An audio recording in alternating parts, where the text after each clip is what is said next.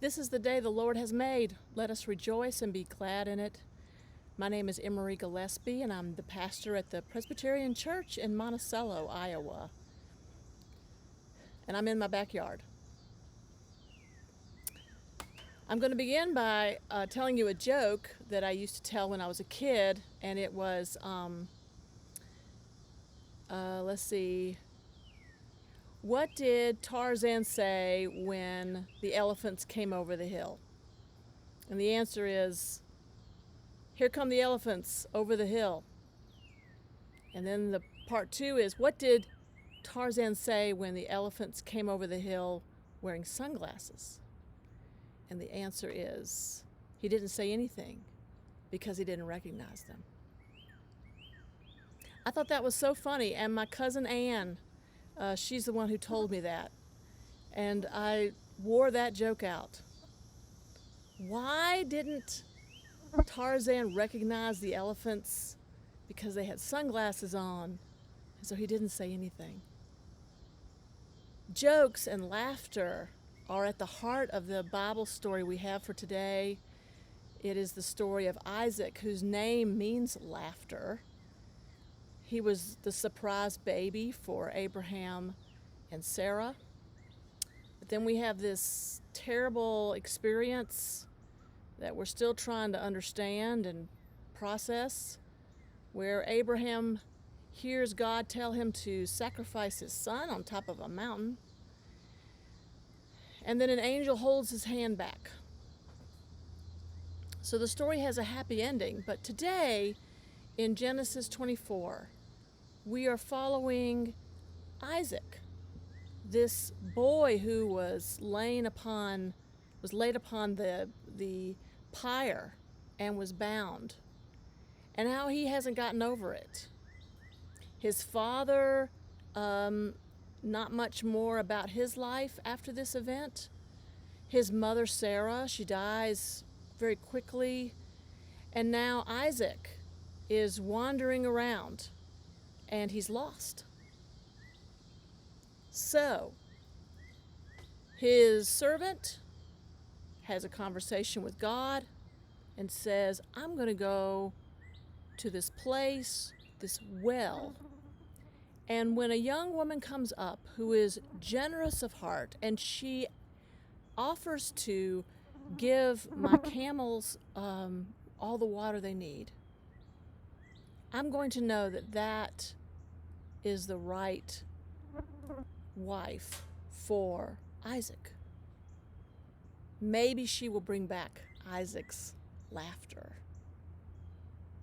And so we jump to this scene at the well with all of these camels, and we meet a wonderful woman named Rivka.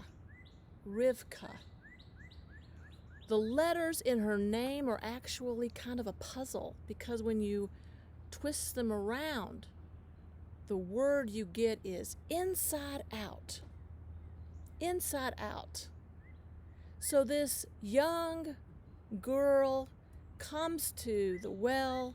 She offers water to all of these camels, and the servant says, would you come with me to meet Isaac, a man I think that would be a good match for you?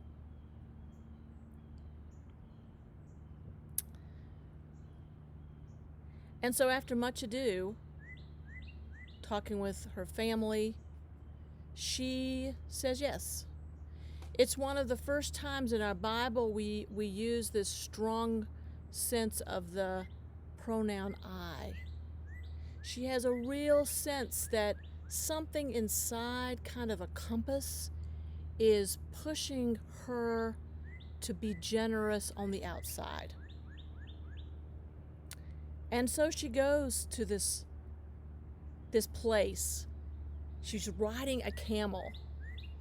And it's the funniest couple of verses in the Bible. It says,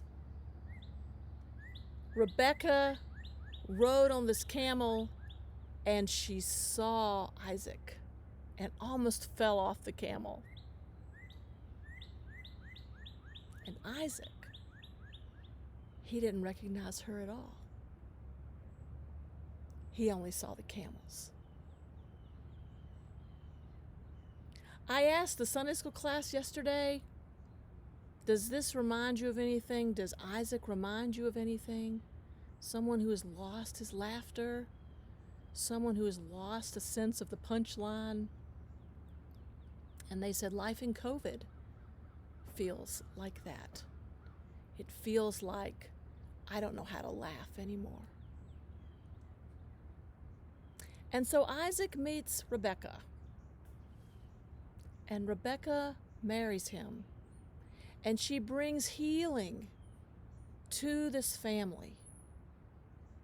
And the last line in this chapter, it talks about how they are in the tent together, and how being with Rebekah in the tent brings Isaac back to his mother.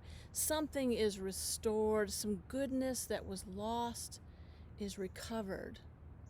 Something about being with this generous person is making him well.